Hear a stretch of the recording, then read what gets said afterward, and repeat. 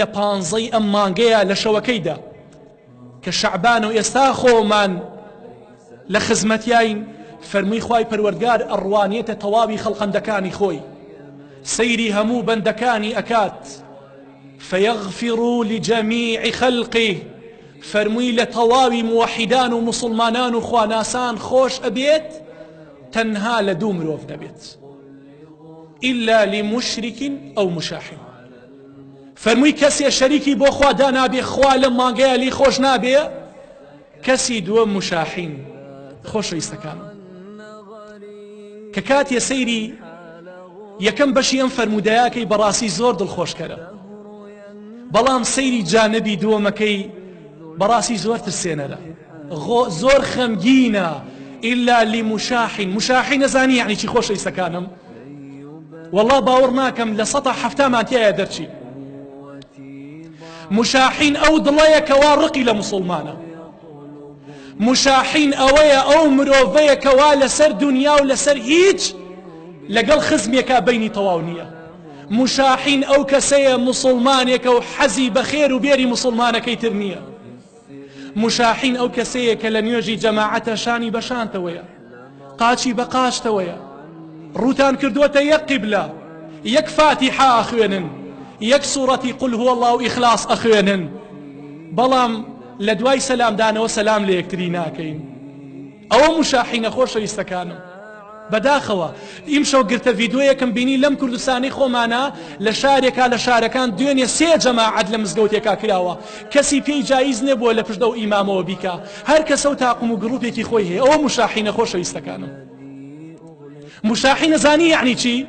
یعنی ئەوەیە 3 بەشی کوردستان ئێسا لەسەر شەڕەپەڕۆ حزبایەتی لەگەڵ یەکان ناکۆکن پۆستی فەیسبوک بڕۆ بۆن خوێنی لێ دێت توهمەی زینا بۆ ئافرەتەکانی یەکتری هەڵئەبەستن گورە بەخوا عەیبە پێش ئەوەی حەرام بێت خەڵک لەسەر ئەم حیزبانە براکەی لە خۆی عاجز کات لەسەر ئەم حیزبانە سەلام لە یەکتری نەکات لەسەر ئەم حیزبانە و لەسەر ئەم پەڕۆیانە سەلام لە یەکتری نەکا مناقەشەیان لەسەر بکات توخوا عیب نییە ئێمە 30 دانە ساڵە عاقڵ نەبین وەڵای پێویستە ئێمە شەرم کەین لە خۆمان ئەزانی 30 ساڵە ئەمانە چیان بۆ ئێمە کردووە توخوا ئێمە ئەنفالمان نەدا توخوا هەچی ڕەزالەت و با بە ئێمە ناموسەکانمان هەتک نەکرا هەر لەسەر ئەمانە نەبوو 30 ساڵە ئێمە خۆمان بۆمانە بادەین 30 ساڵە ئێمە شەڕەپەڕۆیان بۆکەین 30 ساڵە دەنگیان بۆ دەین 30 ساڵە کوڕ باوکی خۆی کوژ لەسەر ئەمانە توخوا گوناح نییە برا بە ڕێزەکانم ئینسان قیامەتی خۆی بفەوتێنێ بۆمانە بابە وەڵڵا من و تۆ مناقەشە لەسەر ئەمانەکەین مەجلیس لەسەر ئەمانە گەرمەکەین باوکو برا لە یەکتری بووە خۆشەویست لە خۆشەویست بووە بابە دوای هەڵبژاردنەکان ئەمانە وەڵڵا لەسەر مێزی مۆز و خواردن و خواردنەوە کۆبنەوە بەرژەوەندیەکان کۆیان ئەکاتەوە ئەوە ئێمەین کەوا دوو ڕۆژتر بمرین من دێم نوێژ لەسەر جەنازەکەتەکەم تۆ دوێنێش لەسەر جەنازەکەی منەکەی کاکە تۆ نەخۆشکەوی من سرت لێ ئەدەم خەڵکی مزگەوتە سرت لێدا بەخوا ئەوان تۆیان بەبای خەیاڵا نایات بۆ خاتری خوا بابیرکەینەوە هەتا دوێنێ جوێنیان بە ئاغای بەغاییەدا ئێستا هەمویان فەرشی سووری بۆ ڕاخن هەمویان گوڵاوە ڕێژن بەسەریا هەمویان کۆرسیان بەستووە زێڕە زێڕەی سەدامی بۆ ئەڵێنەوە بۆ عاقڵ نەبین خۆشەویستەکانم ئێمە تا کەی لە گێلی زەلکاوی لە زەلکاوی گێلێتیا بژین تا کەی بیر نەکەینەوە خۆشەویستەکانم خوای پەروەردگار لە دوو کەس خۆش نابێت لە مشریک ئەوەی هاوڵی بۆ خوا داناوە کەسێکی کردووە تا هاوڵی خوای پەروەردگار و لەگەڵ کەسێکا کەوا مشاحینە کەوا کێشەی لەگەڵ مسلمانێکا هەیە کاکەکە کێشەکە لەسەر دینە على عینی و على ڕاستی کابرای على بەڵێ بەڵام کێشەکە لەسەر زەرد و مۆر و سەوز و شینە کێشەکە لەسەر ئەوەیە کێشەکە لەسەر حیزبایەتی کەوا خۆشبەختی بۆ من نەهێناوە بۆ تۆ نەهێناوە ئێستا ئەبوایە من و تۆ هەر یەکێکمان بەلێکسزەوە بسوڕای نایەتەوە ئەبوایە دەرەجەی ماڵەکانمان بەکارەبا بوایە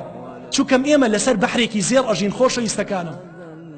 زێرابت بووە کە ئەیداتە ناو چەوانتە عەیبە ئێستا من و تۆ ماڵ و مناڵی بۆ ڕوتەوەکەین و ئەو نەمان لە سەیارەوە دەرکەین پەڕۆ بۆمانە بادەین خۆشەویستەکانمان لە خۆمان عادسکەین با ڕووبکەینە خوا برا خۆشەویستەکانم بۆ من لە وتاری یەکەما باسی مردنم کرد بۆی بە خۆمان نابچینەوە خۆشەویستەکانم من ڕقم لە وڵاتی خۆم نییە سوێن بەخوا زۆر لەو کورد پەروەرانە زیاتر وڵاتی خۆم خۆشەوە کە ئێستا وڵاتیشیان بەجێهێشتووە. من ڕۆژێ لە ڕۆژان لەگەڵ ئەوەیانیم خەڵکی بەردێ بگرێتە مەقەڕێکش، بەڵام من ئەلێرە ئیشم چییە؟ هۆشیارکردنەوەی خەڵکە. معقوڵ نییە خەڵکێک گوێ لە من ئەگرێت چاو بە فرمێسکە بڕاپەڕۆ بۆمانە بادات. والله من شەرم لە خۆمەکەم زۆر جا دێمە سەر ئەم مینبەرە ئەڵێ من بۆ کێ قساکەم؟ یعنی من نەمتوانی بێ لەم مودەی چەند ساڵەیە داوەکەم کاریگەری لە تۆ بکات، کاریگەری لە پرۆفایلی فەیسبووکەکەت بکات.